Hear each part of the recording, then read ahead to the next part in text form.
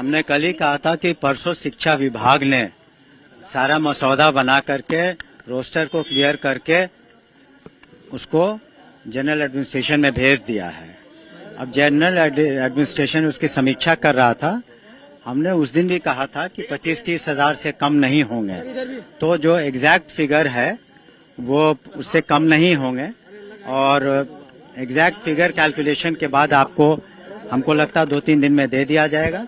लेकिन जो जेडीयू की तरफ से ट्वीट किया गया है संभवतः ज्यादा चांस है उसी के अगल बगल फिगर होगा, लेकिन एग्जैक्ट फिगर उसमें अगर कहीं कोई कमी पाई गई जनरल एडमिनिस्ट्रेशन के द्वारा तो उसको वो इंगित करेगा, इसलिए एग्जैक्ट फिगर करीब करीब उसी के आसपास होगा।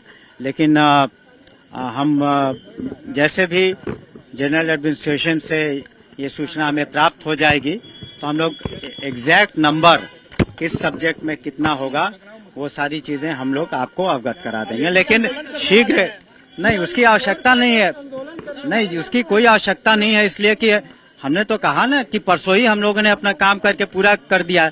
लेकिन जब काम आपने पूरा कर दिया, मसौदा भेज दिया रोस्टर क्लियरेंस के बाद, तो उसमें सक्षम विभाग उसकी छानबीन करता है, उसकी समीक्षा करता है, उसमें 2-4 दिन लग सकते हैं। उसके बाद चरणबद्ध तरीके से अन्य पदों का, जो आपने म्यूजिक टीचर की बात की, लाइब्रेरियन की बात की और फिजिकल टीचर्स की बात हो रही है, तो पहले जो सब्जेक्ट्स में कमी है उसको हम लोग पूरा करना चाहते हैं ताकि बच्चों का जो पढ़ाई है वो प्रभावित नहीं हो। और ये अंत नहीं है नियुक्तियों का। माननीय मुख्यमंत्री जी ने कल भी सदन में कहा है कि 1 करोड़ सरकारी नौकरियां और रोजगार दिए जाएंगे। तो शिक्षा विभाग अपने तरफ से, ये तो एक अनवरत प्रक्रिया है, बहुत लोग अभी रिटायर भी करेंगे, पुनः इसकी हम लोग समीक्षा करके वैकेंसीज को निकालेंगे। धन्यवाद। सर, शिक्षकों के अभी तक तरीके से आंकड़े जो आ रहे हैं, अभी तक शिक्षा विभाग सबसे आगे चल रहा है।